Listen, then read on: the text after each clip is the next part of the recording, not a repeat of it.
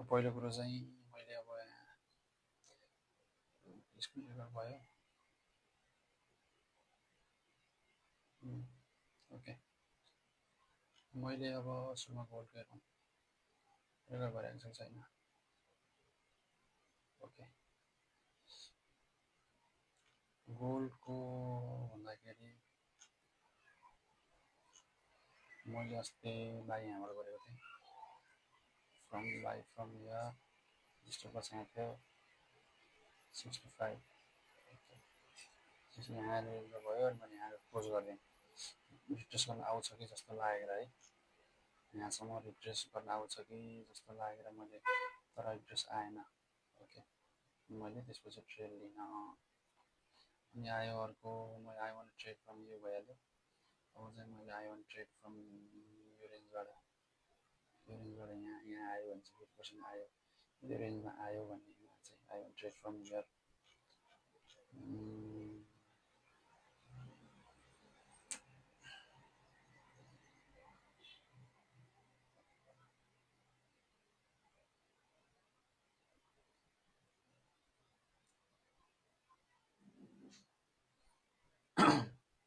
त्यहाँबाट ट्रेड गर्छु, यहाँबाट लिन्छु भन्ने कुरा हो। अब यो खायो र यदि यो ग्याप फिलअप गर्न आयो, यहाँ आयो भन्ने कुरा यहाँबाट भयो, अनि यो भयो सपोर्ट यहाँ छ, सपोर्टबाट यो भयो।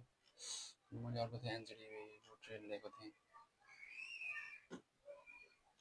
एनजेडीको ट्रेड चाहिँ मैले यहाँबाट लिएको थिएँ,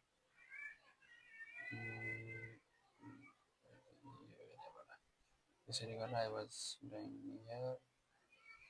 तर मेरो लगेदेखि थियो लगभग यो खान्छ जस्तो थियो, तर पाएन, मैले कट अफ गरिदिएँ। द्याट्स इनफ फर मेरो अर्कोमा छ यो के भइहाल्यो, यहाँ आएर जान्छु भन्ने छ। म्याचट्याक अब रेड कल गर्छ कि जस्तो छ डिएक्सवाईले चाहिँ, के अरे जस्तो छ।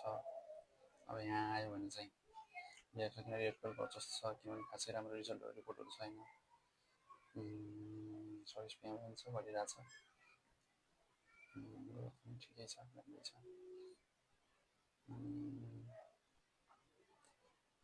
ग्रोथ पनि राम्रै छ, 40 PM राम्रो आइरहेको छ।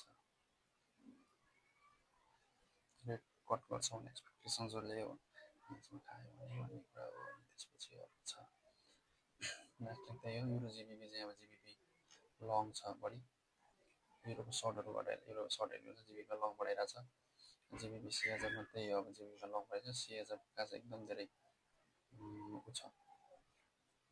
जिबिपीमा चाहिँ सिएजमा चाहिँ एकदम धेरै इकोनोमी डाउन छ, त्यही भएर भयो। क्याडमा चाहिँ क्याडमा चाहिँ लङ क्याड चाहिँ एकदम धेरै लङ बढाइरहेको छ मान्छेहरूले, त्यही भएर हो। सिएज एकदम विक छ, त्यही भएर